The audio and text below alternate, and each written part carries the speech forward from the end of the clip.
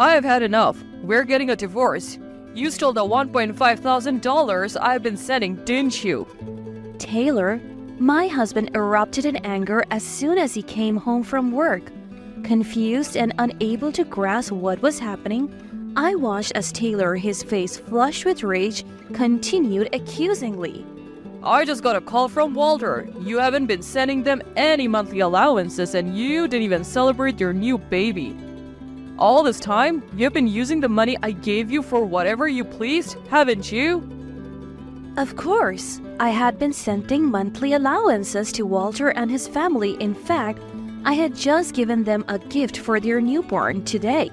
Yet, how could he say we hadn't received it? I did give it to them properly. Don't lie to me.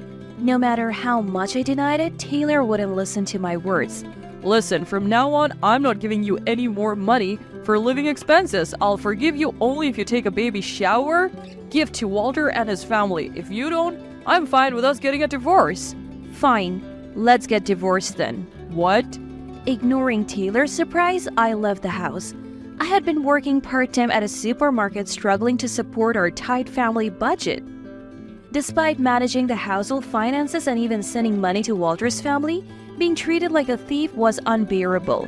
I couldn't continue with someone like Taylor, who wouldn't listen and only blamed me. And as for Walter and his family, who effortlessly lied and painted me as the villain, I decided to cut ties with them too. I'm Michelle, 52 years old. I work part-time at a supermarket. I got married at 22 and soon had a child. My husband Taylor works in sales for a beverage company and always comes home late. So all the household chores and childcare were my responsibility. While my friends were out having fun, my days were filled with childcare and housework. There were days when it almost broke my spirit, but I persevered, reminding myself that it was the life I had chosen. The relentless days of housework and childcare ended when our son Walter went to college. He attended a local university and moved out for his studies and later for a job, allowing me some respite. During this time, Walter told us he wanted to marry a woman he met. Feeling nostalgic that he had grown up so fast, we arranged to meet her at our home. On the day of the family meeting, the woman he brought home was Anastasia. She was bright and always laughing. Walter was smiling throughout. I was genuinely happy that Walter had found such a wonderful person. Both Taylor and I supported Walter's marriage and they got engaged and married without any issues. Half a year after their wedding, on a day when both Taylor and I were relaxing at home, Walter and Anastasia came over. Dad, I have a favor to ask. Can you give us a monthly allowance? What brings this on all of a sudden? Stunned, Taylor and I opened our eyes wide at Walter and Anastasia, who looked apologetic as soon as they entered. Actually, we are thinking of starting infertility treatments, but we are short on money. Infertility treatments? Is that really necessary? These days, many people are doing it. We want to start a family soon. I understood where Walter and Anastasia were coming from, but they had only been married for half a year. It seemed too soon. People are having kids even in their mid-30s. These days, Anastasia, you're only 30, so I don't think you need to worry so much. What if I can't get pregnant? You had kids early, so you can't understand how I feel being childless at 30. Anastasia suddenly raised her voice, surprised by her outburst. I listened as Walter also nodded and spoke up. That's right. Mom doesn't understand Anastasia's feelings.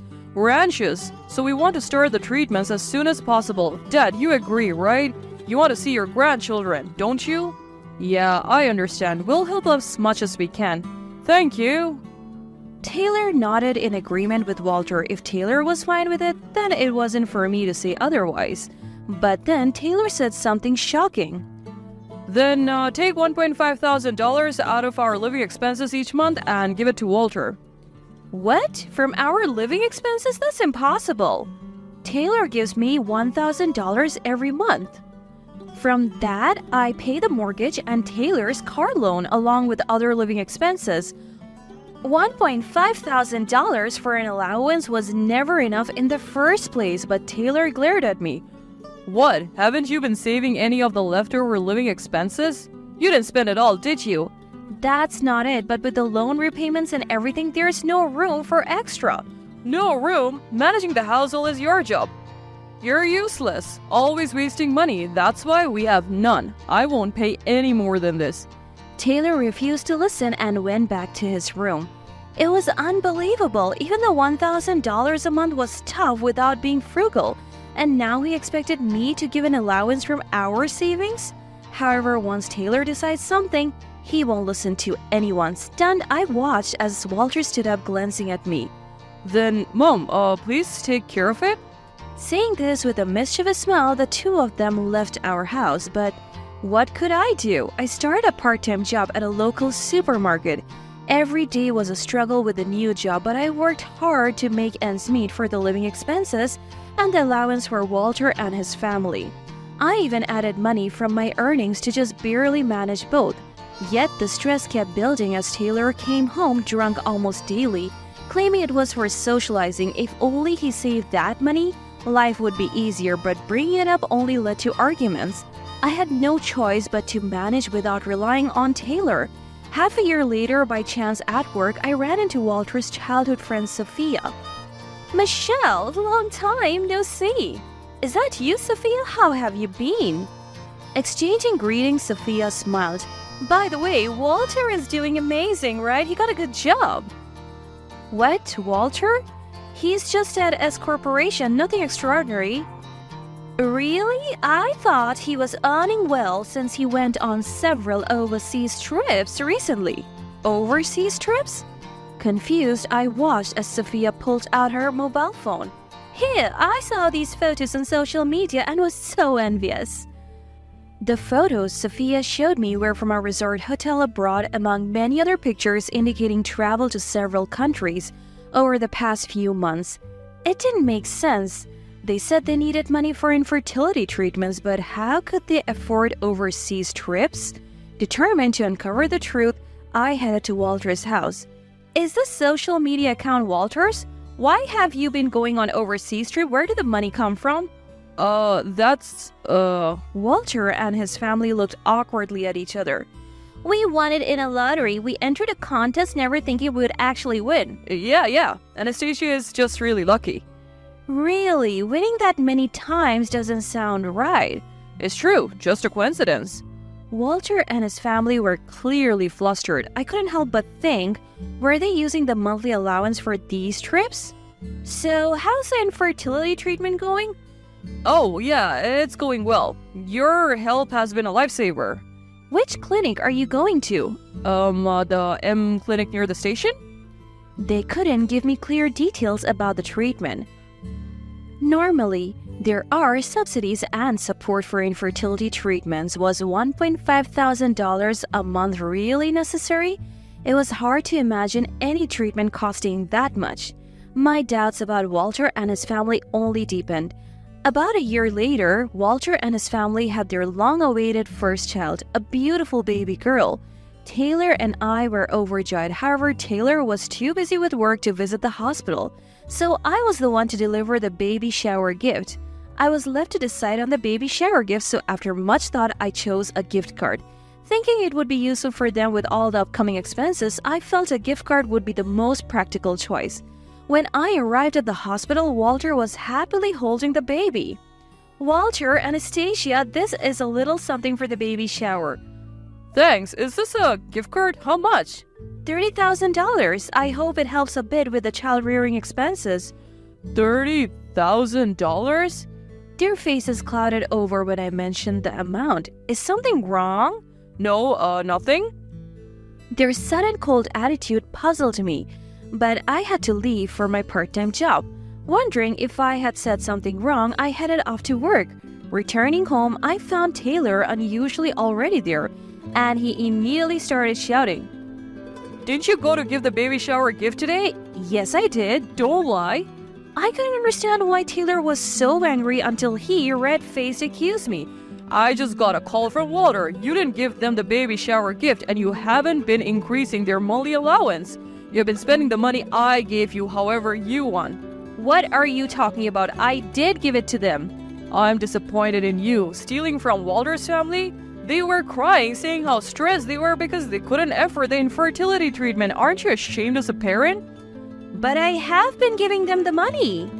Taylor wouldn't believe me, sighing at my words. Listen, I'm not giving you any more money for living expenses. I'll forgive you only if you take the baby shower gift to Walter.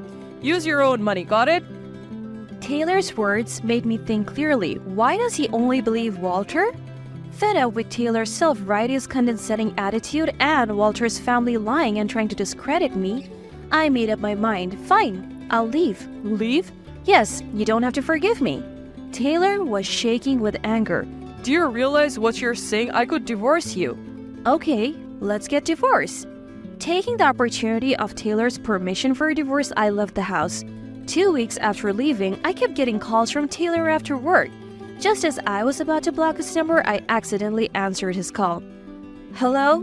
What do you need? Please speak through the lawyer about the divorce. Wait, Michelle, I need to talk to you. No, thank you. I was about to hang up, anticipating a hassle, but Taylor sounded panicked on the phone. Look, I just got all these bills for gas and stuff, and I can't pay. I didn't expect them to be so high. That's tough. Don't be so cold. Who would think just gas, electricity, and water would be over $300? I've already spent all my salary and savings this month. I was speechless. Utility bills over $300 aren't uncommon. With a house and daily hot showers, it's easy to exceed that amount. Besides, he never listened when I talked about saving. He would just let the water run. Now I get laughed at work for saying it's overcharging, and I still have loans to repay. How did you manage all this? That's why I was working. Whatever was short, I paid. I had no idea you were doing that. I had told Taylor about my part-time job, but he probably thought I was earning money for myself. If only you had told me. I did, but you never listened. Don't contact me anymore. I have no intention of being involved with you. I didn't want to hear Taylor's voice anymore and tried to end the call, but he desperately tried to stop me. Wait. I'll listen this time. I want to talk in person. Can we talk at home? No, I don't want to. Don't say that. I'm reflecting on my actions. I should have listened to you more about Walter's baby shower gift too. I want to talk with Walter and you together. I would rather not. It's too much trouble to go to the house after work. I said this, rotating my tired shoulders. As I thought about heading home, exiting through the employee exit, there was Taylor waiting for me. I thought you would say that, so I came to pick you up from work. Sighing at Taylor's words, I realized I had no choice but to go to the house.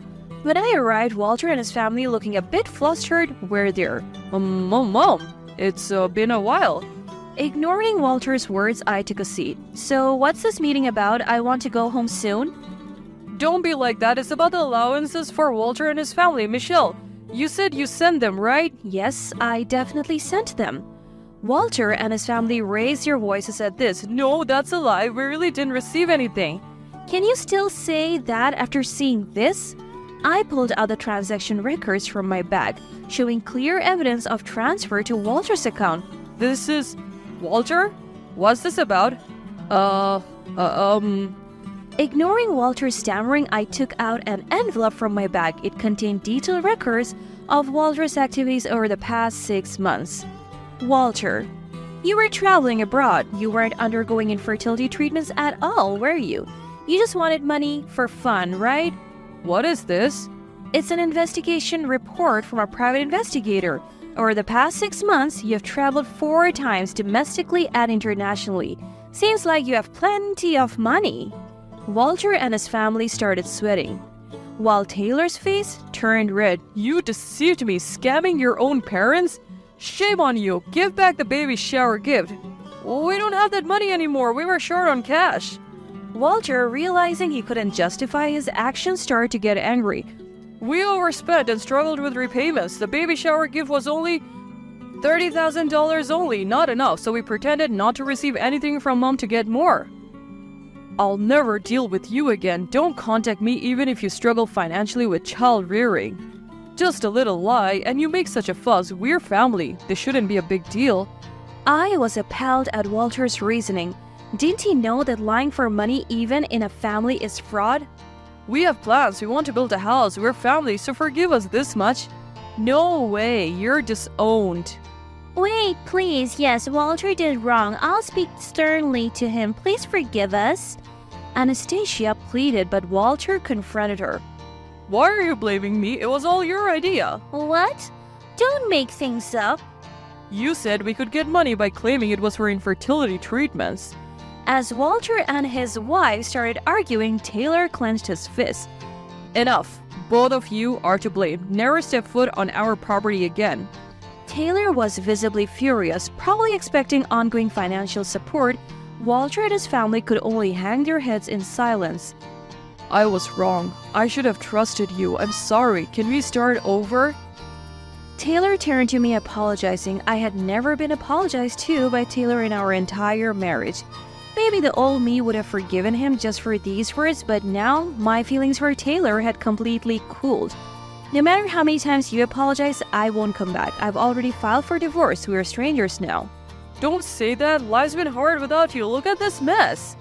Indeed, the kitchen was littered with instant noodle containers and plastic bottles on the floor.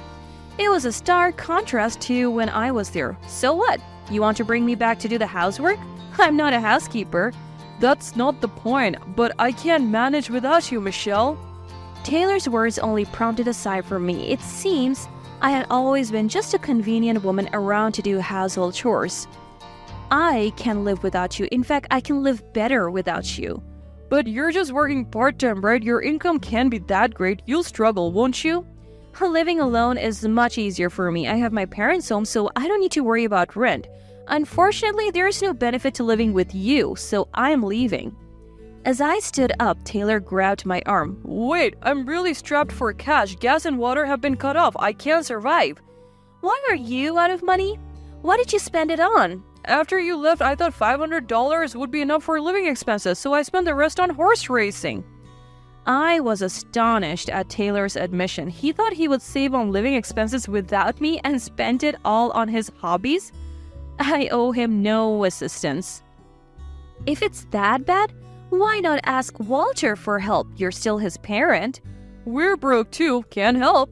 Exactly. We're broke because of the money we gave you for living expenses. Pay it. But we don't have the baby shower gift money anymore. As Taylor and Walter started arguing, I sighed, feeling it was pointless to be involved with them.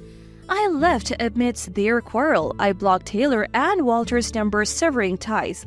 Later, I heard Taylor, with his utilities cut off, moved in with Walter. Despite his previous outburst about disowning him, Taylor must have realized he couldn't live alone.